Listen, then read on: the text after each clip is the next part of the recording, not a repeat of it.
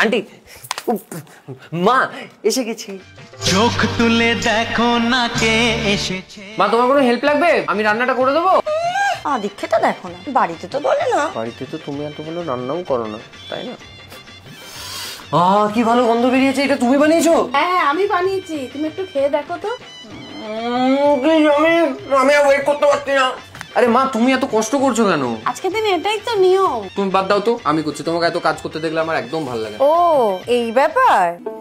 এত সব খাবার আমার জন্য? হ্যাঁ, এগুলো সব খেয়ে শেষ করতে হবে। পুরো ফুল হয়ে গেছে, আর খেতে পারবো না। তুমি শুধু তোমার আশীর্বাদটা দাও। আমার আশীর্বাদটা সবসময় তোমার সাথে আছে। আরে না না মা, তুমি আশীর্বাদের সোয়া চাংসটা দাও। ওটাকে তো না করতে পারি না। তাই না? সোয়া চাংস গুলো এত জুসি আর এত টেস্টি। আসো একটা সেলফি তুলবো। আর আমার সাথে ফটো। এই তো দাঁড়া।